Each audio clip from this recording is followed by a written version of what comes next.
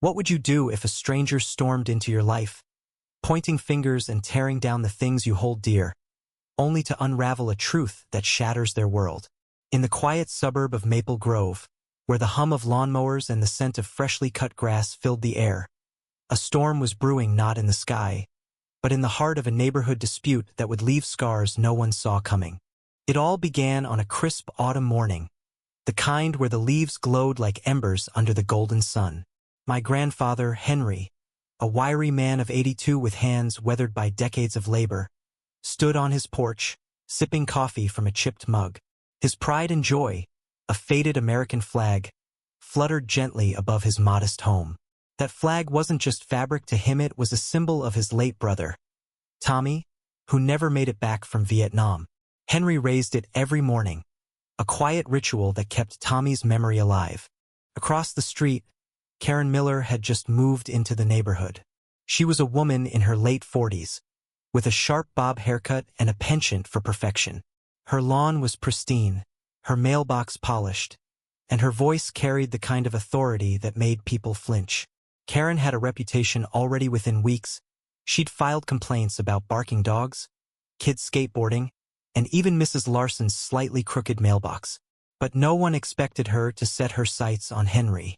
It started with a knock, sharp, insistent, like a gavel demanding order. Henry opened the door, his weathered face creasing into a polite smile. Karen didn't return it. "That flag," she said, pointing upward, her voice slicing through the morning calm. "It's an eyesore. It's faded, tattered, and frankly, it lowers the property value of this street. You need to take it down." Henry's smile faltered, but his voice stayed steady. "Ma'am, that flag's been up there for years. It's not hurting anyone." Karen's eyes narrowed. "I'm not asking. I'm telling you. Remove it or I'll make sure the HOA does." The HOA in Maple Grove, it was more myth than menace. A group of busybodies who sent stern letters but rarely acted. Still, Karen's threat hung heavy.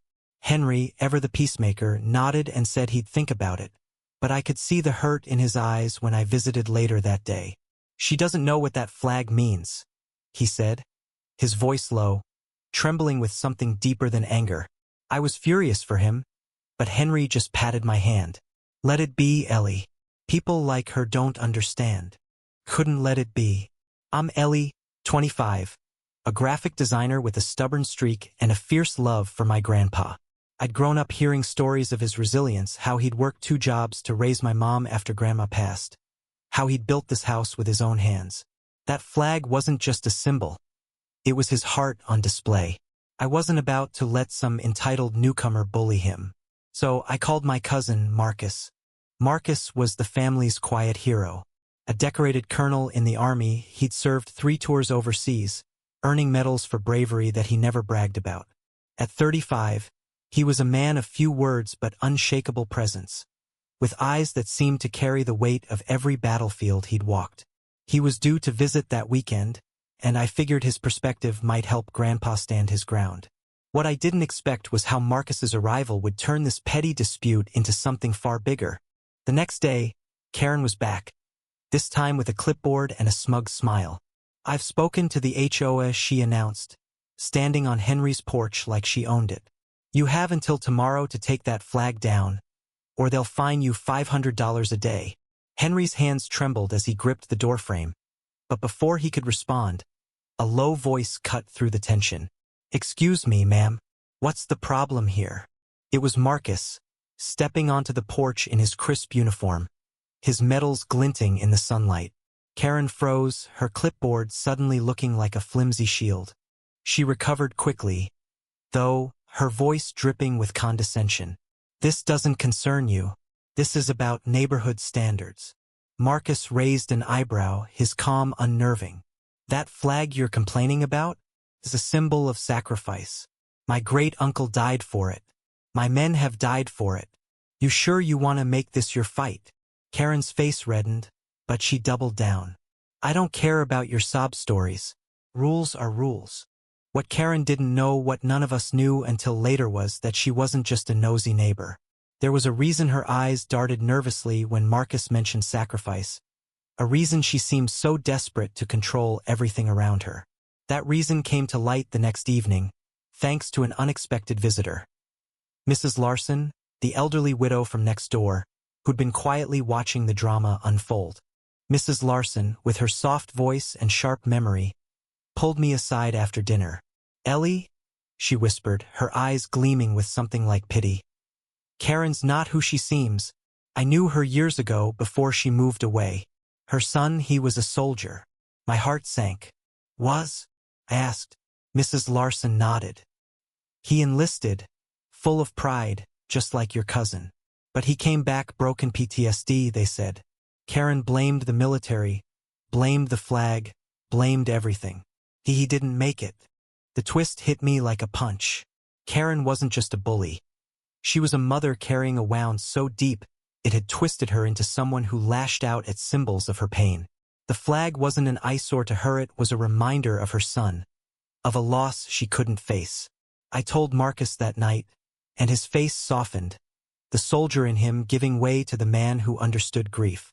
"She's hurting," he said quietly, "but that doesn't give her the right to hurt others." The next morning, Marcus took matters into his own hands. He didn't confront Karen. Instead, he walked to her house, still in his uniform, and knocked softly. When she opened the door, her face was a mask of defiance. But Marcus spoke with a gentleness that disarmed her. "I heard about your son," he said. "I'm sorry. I've lost men too. But this flagell's not just about loss. It's about honoring those we've loved." Karen's mask cracked, tears welling in her eyes. For a moment I thought she might soften, might see the flag for what it was to Henry. But grief is a cruel master. Karen's tears turned to anger. "You don't get to tell me how to feel," she snapped, slamming the door. Marcus stood there, silent, then walked back to Grandpa's house. "Let her be," he said, echoing Henry's words. But Karen wasn't done. That afternoon, an HOA representative arrived with a formal notice. The flag had to come down, or Henry would face fines he couldn't afford. I was ready to fight, to rally the neighbors, to turn this into a war. But Henry, in his quiet wisdom, shook his head. "Ellie," he said, his voice heavy, "sometimes you have to let go to hold on." That evening, he took the flag down himself, folding it with the care of a man burying a piece of his heart. Marcus stood beside him, his hand on Grandpa's shoulder, and I saw tears in both their eyes. I wanted to scream, to tear the notice apart, but their silence stopped me. This wasn't about winning, it was about what the flag stood for, and no one could take that away.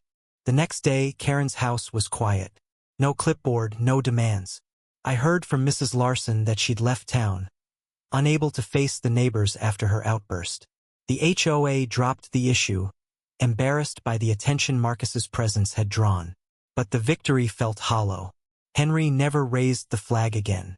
Not because he was ashamed, but because he knew its meaning lived in him, not in the cloth.